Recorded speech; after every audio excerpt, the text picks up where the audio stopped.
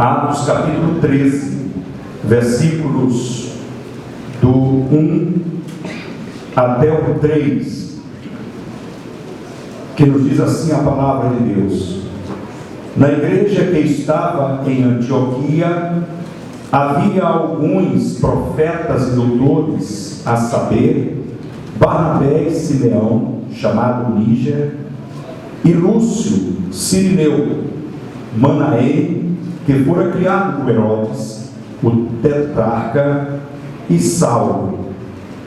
E servindo eles ao Senhor, e jejuando, disse o Espírito Santo: Apartai-me a Barnabé e a Saulo para a obra que os tenho chamado.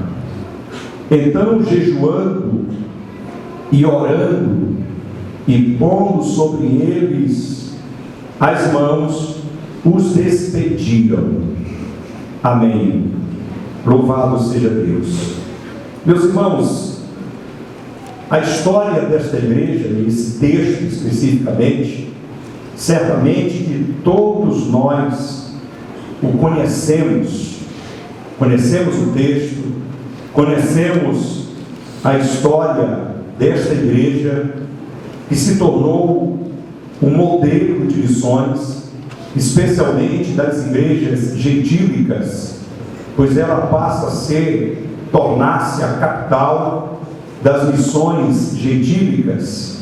É a segunda maior igreja envolvida com missões no primeiro século, só Jerusalém, depois a igreja de Antioquia, e Deus faz algo tremendo na vida dos irmãos e daquela cidade, Antioquia da Síria, que foi uma das significantes e influentes cidades da antiguidade, que, segundo as histórias, ficava situada ao sul do que hoje é a moderna Turquia, e que também passou a ser um ponto estratégico de missões, especialmente no ministério do apóstolo dos gentios, do apóstolo Paulo.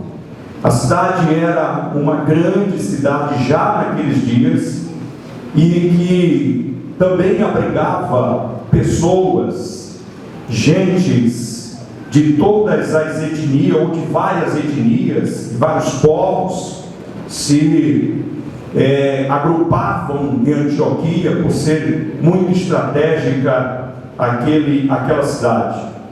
E algo acontece que passa a mudar a história de Antioquia. A partir da perseguição que se levantou em Jerusalém por ocasião da morte de Estevão, muitos cristãos que estavam ali foram dispersos. E estes cristãos, conforme registra o capítulo 11 do livro de Atos, alguns deles foram para Antioquia e levaram a mensagem de Jesus àquela cidade. E um fenômeno acontece, que foi a salvação de muitas pessoas. Houve ali um movimento espiritual e muitos se converteram ao Senhor Jesus. O texto bíblico narra isso claramente. Houve um número crescente de pessoas se convertendo, e o movimento espiritual de Antioquia chamou a atenção de muitas pessoas, e a notícia do que estava acontecendo em Antioquia chega em Jerusalém, ao conhecimento dos apóstolos.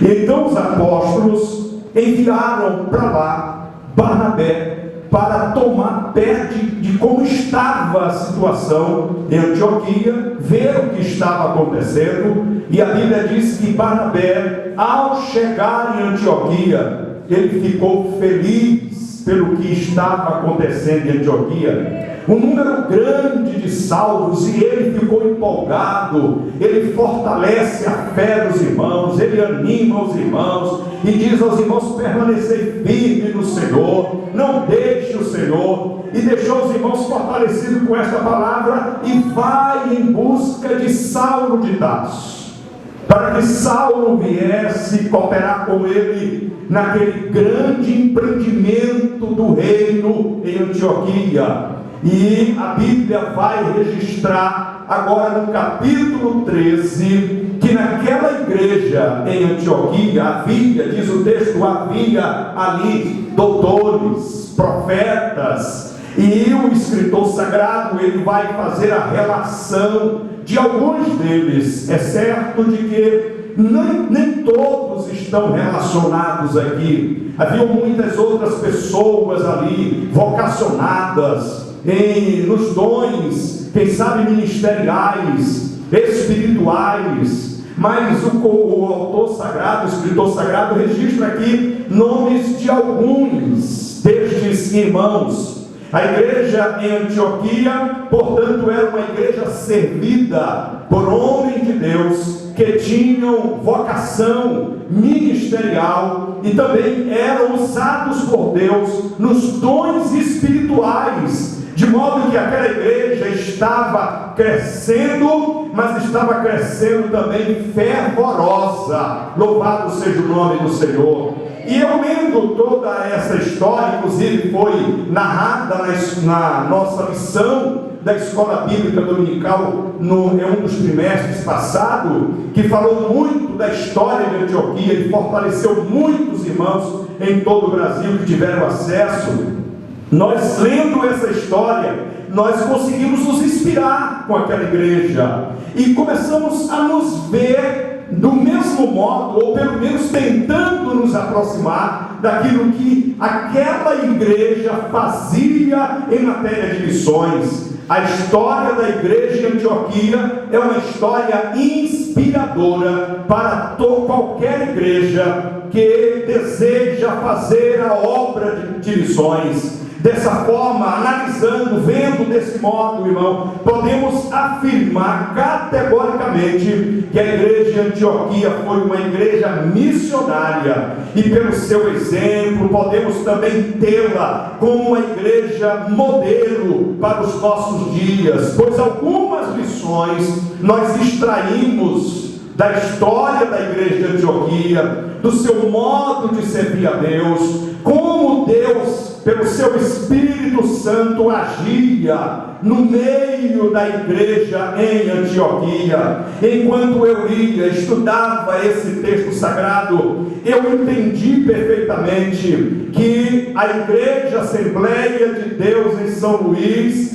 ela tem mais algumas, ou se não muitas, ou talvez quase todas as características que a igreja em Antioquia ela tinha. E eu vou citar algumas, eu vou meditar com os irmãos sobre algumas destas características. A primeira delas é que uma igreja missionária, a semelhança da igreja de Antioquia, ela vivencia a prática do serviço cristão. E aí eu olho para a Assembleia de Deus em São Luís, toda segunda-feira quase, é um relatório, é uma informação de trabalho, é de criança, é de adolescente, é de pré-adolescente, é de Esperança FM, é de jovem, é de senhor, é de senhora. A igreja, a Assembleia de Deus, ela vivencia o serviço cristão de forma intensa e incansável. Louvado seja o nome do Senhor para sempre. Mas não são só eventos que a igreja, a Assembleia de Deus,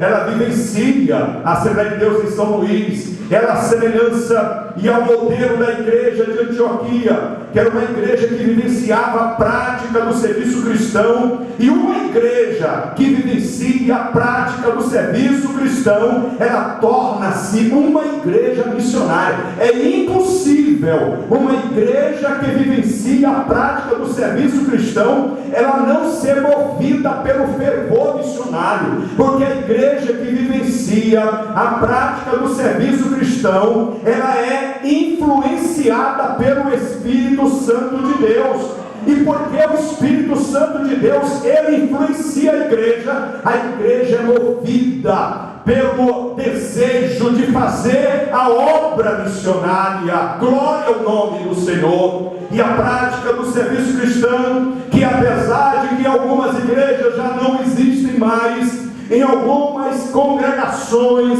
já não existe mais, mas não é regra geral, porque a igreja vivencia sim a prática do serviço cristão. E que serviço cristão são estes? Eu vou citar a vocês pelo menos 3 aqui. A oração. A igreja de Antioquia era uma igreja que vivia munida de oração, movida pela oração. Era a igreja que orava. Igreja que ora, Deus age. Igreja que ora, Deus abre porta. Igreja que ora, se move sobre a terra pelo poder do Espírito Santo. Aleluia. Em alguns lugares oração já não tem mais essa prática. Em algumas congregações já não existe mais. Alguns lugares já não se tem mais oração de joelho, não tem mais culto de oração. O círculo de oração se tornou círculo de pregação, círculo de testemunho, e deixou-se a prática da oração. E é por isso que às vezes nós dizemos assim: por que não acontece mais milagre? Não acontece, não é porque Deus não queira que aconteça. Não, Deus permanece no trono. Deus permanece no trono. Ele está sentado sobre um alto e sublime trono. A igreja que deixa de orar, ela também para de ver o agir de Deus. Mas quando a igreja ora, as portas se abrem, o poder de Deus se manifesta, o Espírito Santo tem liberdade de agir. Bendito seja o nome do Senhor. Segundo, jejum. Ora, se oração já não é uma prática mais corriqueira na igreja, o que se dizer do jejum é através da oração, é através do jejum que Deus vai continuar abrindo portas, que as missões vão continuar se estendendo pelos continentes. É através da oração e do jejum que o trabalho de evangelismo em São Luís vai se fortalecer. É através da oração e do jejum que Deus vai levantar vocacionados para a obra missionária. É através da oração e do jejum que Deus vai levantar contribuintes para a obra missionária. É através da oração e do jejum que Ele vai dar estratégias, que Ele vai dar projetos. E quando Ele dá estratégias, quando Ele dá projeto, pode seguir adiante, pode seguir firme, que aquele que dá o projeto, que dá a estratégia, é o mesmo que supre a obra, é o mesmo que dá o sustento, porque Ele é Senhor. Um outro serviço cristão que a igreja de Antioquia, ela exercia, ela vivenciava, e que muitas igrejas hoje não vivenciam, é a adoração. Nós vamos num culto, e muitas vezes no culto tem às vezes até oração, tem louvor, tem pregação, tem exortação, tem avisos, mas não tem adoração. E em muitos lugares, quando os crentes começam a querer adorar, ainda tem líder que barra a adoração dos crentes. Eu já fui em lugar para ministrar a palavra de Deus, que no momento do fervor espiritual da igreja, eu com a palavra, o pastor da igreja, ali, era no interior do estado, o pastor da igreja se levantou e bateu uma sineta e mandou os crentes se calarem. Igreja que não tem adoração, eu imagino que o Espírito Santo fica lá em cima olhando, procurando uma brecha para entrar. Ele é todo poderoso, ele pode entrar, mas ele é o personagem, o homem mais educado que eu conheço. Ele diz assim: eu estou à porta e bato. Aleluia. Ele tem poder de arrebentar tudo se ele quiser, mas ele não faz. Aleluia. Ele começa a observar os corações. Aleluia. Ele começa a observar quem está abrindo o coração. E quando você abre o coração e abre a boca para adorar Jesus, para adorar Jesus, aí ele age. Aleluia. Porque o texto bíblico vai dizer assim: e servindo eles. Há uma versão que diz assim: adorando eles. Aleluia.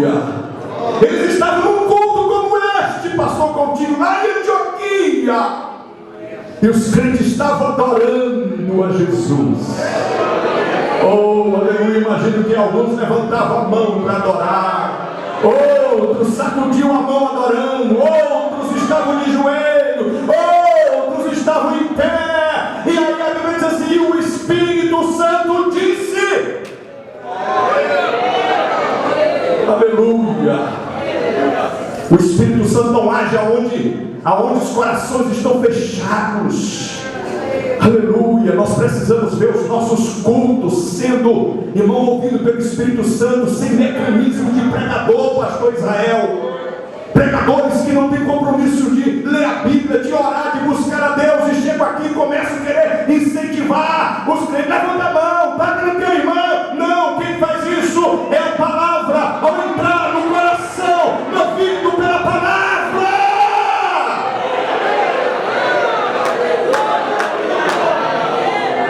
Sem mecanismo. Aleluia. Aleluia. Uma igreja missionária, em segundo lugar, é caracterizada por da sua dependência. Repito, uma igreja missionária é caracterizada por sua dependência total do Espírito Santo. Aleluia. Quando nós pensarmos que podemos alguma coisa, ou que sabemos alguma coisa, podemos estar caminhando para o próprio fracasso. Mas aí a gente vai diante de Deus.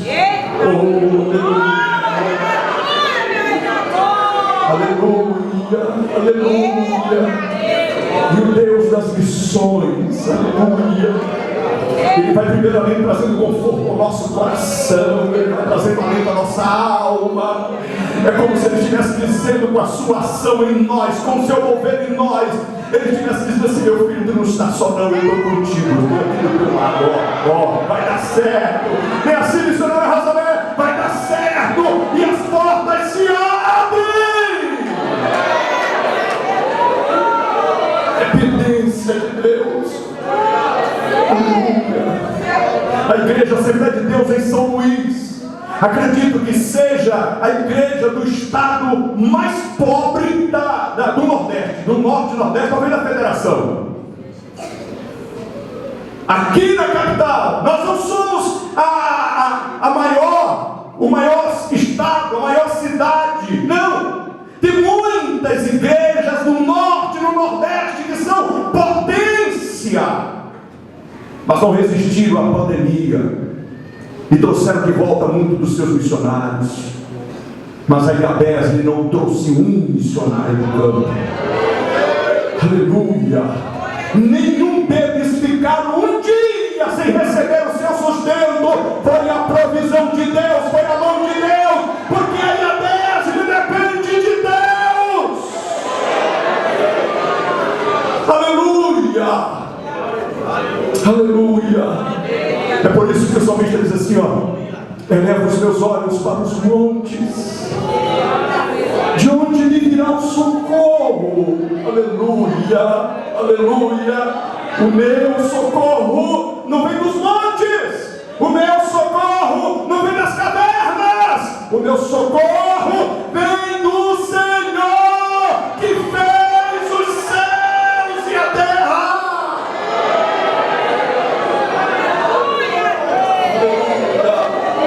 Em terceiro lugar, irmãos, no processo missionário, quem conduz tudo é o Espírito Santo. Não é o pastor Coutinho, ele é instrumento do Espírito Santo. Não é o pastor Reginaldo, somos instrumento de Deus. Quem conduz o processo é Ele, é o Espírito Santo.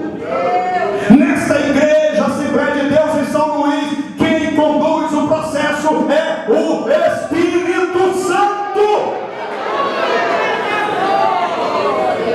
A escolha é dele, do Espírito Santo.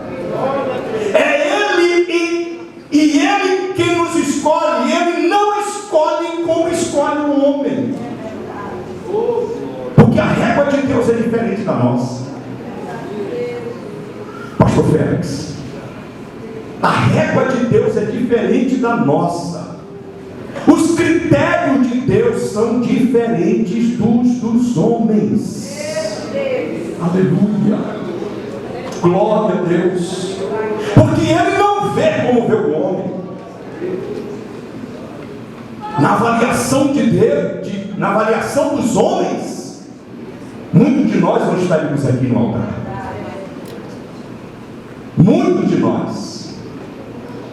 Aleluia. Mas aí eu ouço aquele hino que diz assim: nem era para você estar aí, pastor Luiz, mas eu falei assim. Esse aí eu vou escolher. Aleluia, aleluia, aleluia, aleluia, aleluia, aleluia, aleluia. Na avaliação dos homens não dá, esse não serve. Mas aí Deus diz assim: não te atreva a ungir-se ali, porque eu não o escolhi. Oh,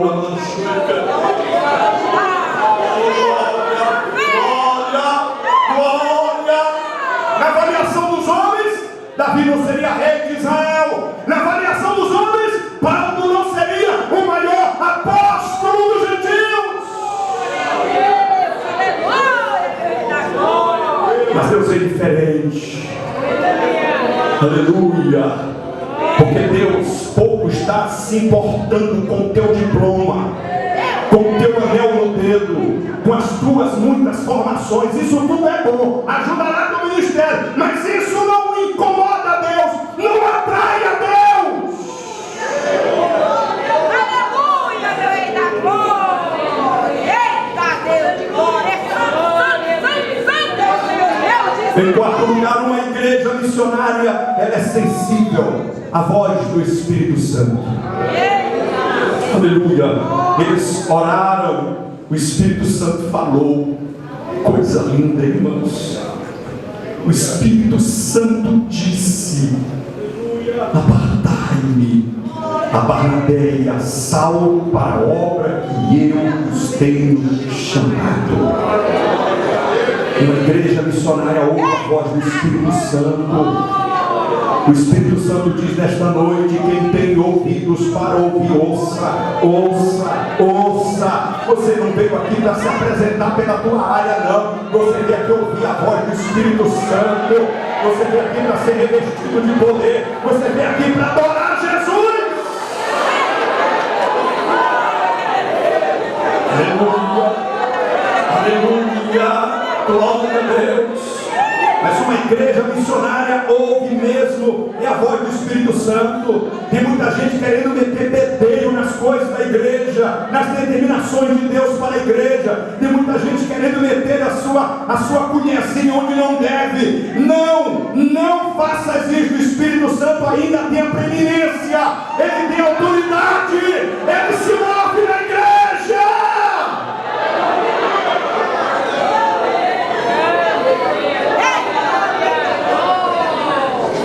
E eu volto a afirmar aqui, nesta igreja, o Espírito Santo ainda decide as coisas. Aqui o Espírito Santo ainda decide as coisas, porque nós temos pastor da igreja, colegiado de obreiros, e esta igreja tem se apresentado dependente do Senhor. Uma igreja missionária segue as determinações.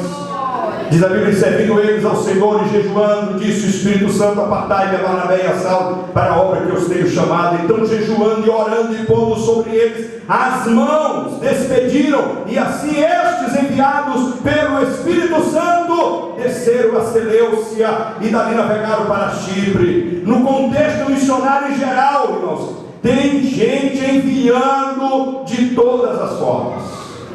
E eu trago um alerta aqui nesta noite a todos os nossos queridos pastores que estão aqui na minha retaguarda, com todo o respeito que lhes são devido a cada um deles. Quem envia missionário é a IABESB.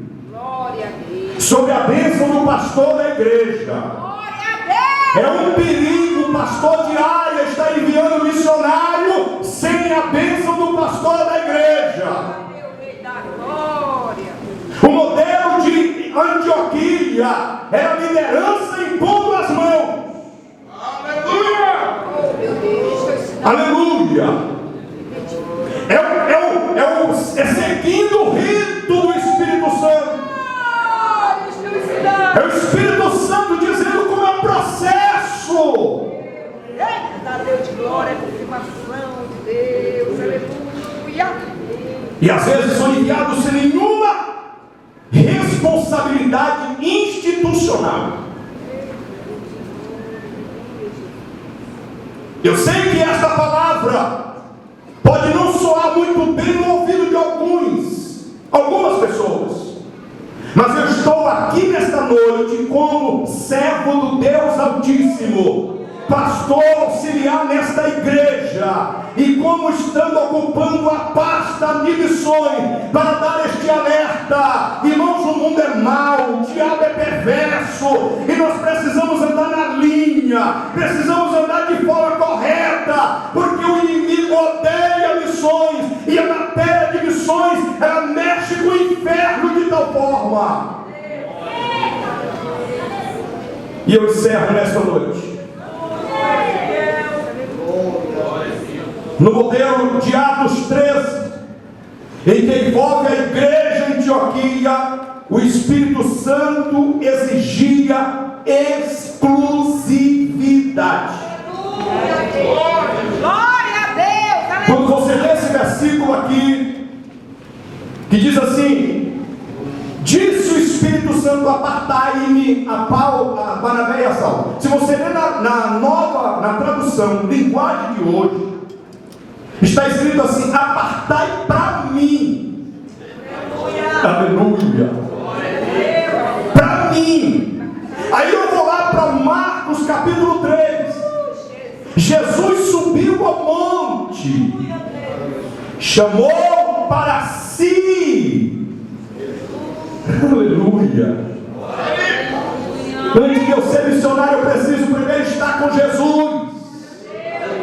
Eu preciso primeiro ter intimidade com o Espírito Santo de Deus. Aleluia.